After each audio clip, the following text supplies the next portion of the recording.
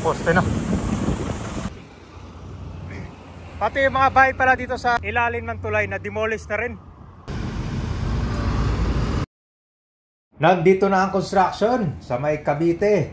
So itong project ay 44.58 km 4-lane expressway connecting Cavitex and SLEX. Ang project na to ay dito magsisimula sa Cavitex in Cavite at magtatapos doon sa SLEX Mamplasan Interchange in Binyan, Laguna. So itong tinayuan ng mga poste ngayon, mga pierhead, ay yun yung mga dating mga bahay na ilan dyan ay na-demolish na. So close to reality, malapit na ito dyan sa toll ng Cavitex. Yan, tanaw mo na yung Pogo.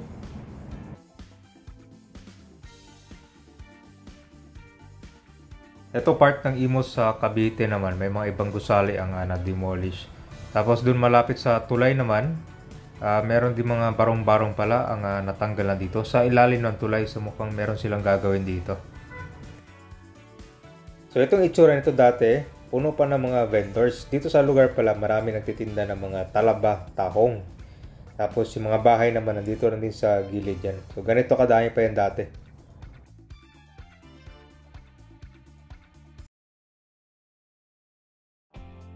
Nandito na tayo sa Centennial Road ngayon. So maganda talaga itong area ng Cavite na option nyo kung gusto nyong malapit sa Metro Manila. Tapos hindi po masyadong congested ba. So marami na mga projects dito tulad na lang nitong Evo City. Isa itong mix of residential, business and commercial. So 200 hectares of land ang i-develop dito. At ilan sa mga establishment na nandito na.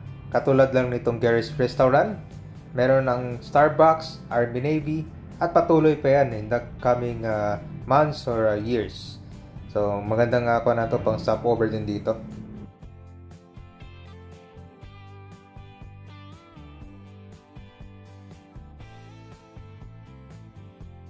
So ang Atero Soriano Highway, kilala din ito sa tawag na Centennial Road. So itong highway na ito ay traversing to the western coast nitong Cavite. At isa ito sa 3 major highways na located dito sa Cavite. So ang iba nito yung Aguinaldo Highway at Governor's Drive. Merong bagong project naman dito malapit sa car dealer. No? Nagsisimula na ano kaya to? Wow, tahanan na. Mukhang malaki to. Oh.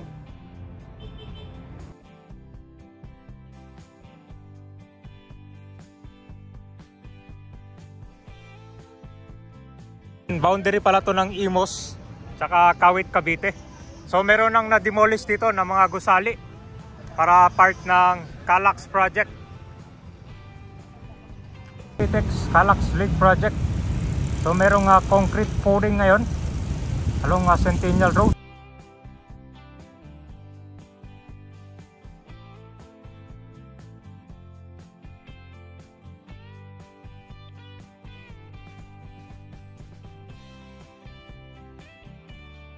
So papunta na to siya dun sa interchange malapit sa kung ano yung papuntang toll sa Cavitex. So grabe, puspusan na yung mga kon dito. Ang dami ng mga poste oh. Mamaya madadaanan natin yung intersection. Doon yung mga puro mga bahay dati. Tapos marami nagtitinda ng mga talaba tsaka tahong. Dito meron pa pala alimango, tahong, talaba. Yan. So kung kayo dumadaan dito sa Centennial Road, talagang hindi mo makakalimutan itong lugar na to. Ito yung bilihan ng mga seafoods. Grabe, mga poste na agad oh. Marami din mga bahay yung natanggal dito.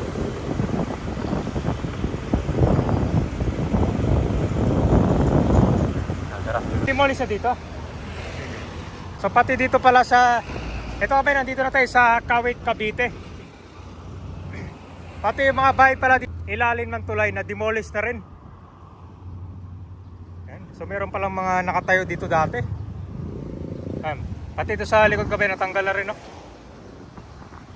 Kasi may gagawin din daw dito sa project. Ito, hindi ko napansin ito dati. May mga bahay pala dito sa ilalim ng tulay. Marami-rami din pala. So parang temporary lang muna dito.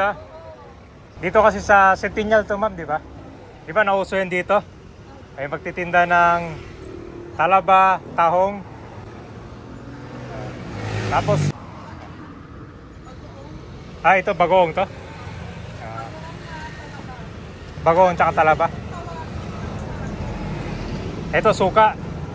Ito ma'am, kakainin na lang to na.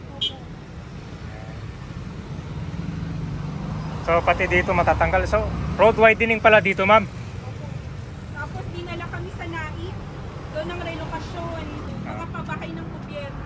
Napuntahan ko na yon. Ano pangalan ng kanya townhouse? Cristo kay 1 hour hanggang 2 pag traffic. Pag sobrang traffic, 2 oras. Ginagawang yan. Meron din na demolish sa kabila, ma'am, no, dito. Sa kuwan din sila nalipat sa Naik Cavite. Binayaran, no? Kabila din pala, may mga bahay, oh. Marami din yung natanggal. Then, dito yung puno ng mga bahay dati, oh. Grabe, ang lawak na.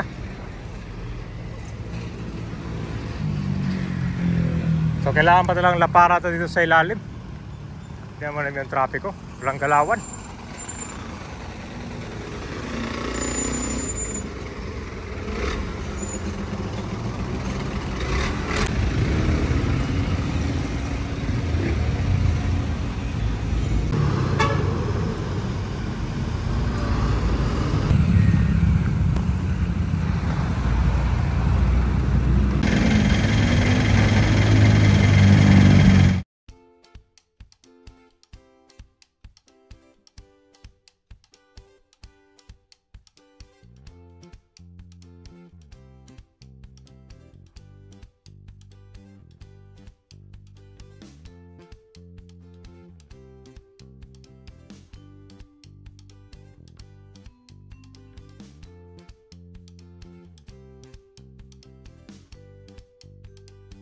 So marami din pala yung mga bahay na tanggal. Tingnan mo yung sa likod na, no? Puro tubig yan.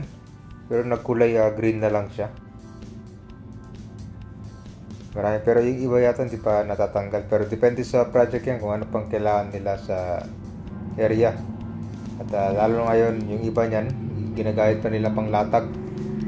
So ayun sa mga natanong ko, para magkakaroon pa dito ng road widening kasi itong Centennial Road, lalo na papunta dyan sa Cavitex, sobrang traffic.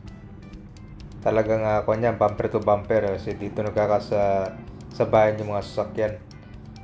So hopefully no, kung magkakaroon ng improvement, pwede dito road widening din sa ilalim.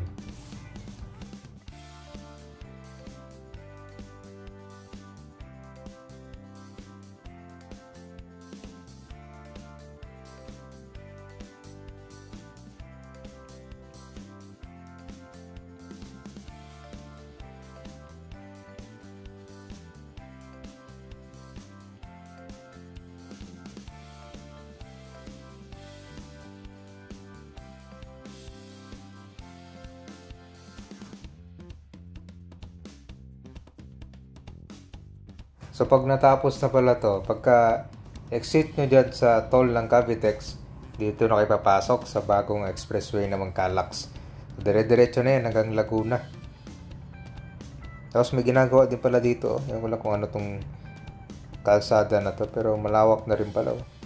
I think ito ba yung karugtong papuntang Cavite City? Di ba? Meron ding Noveleta Bypass Road ginagawa dun eh.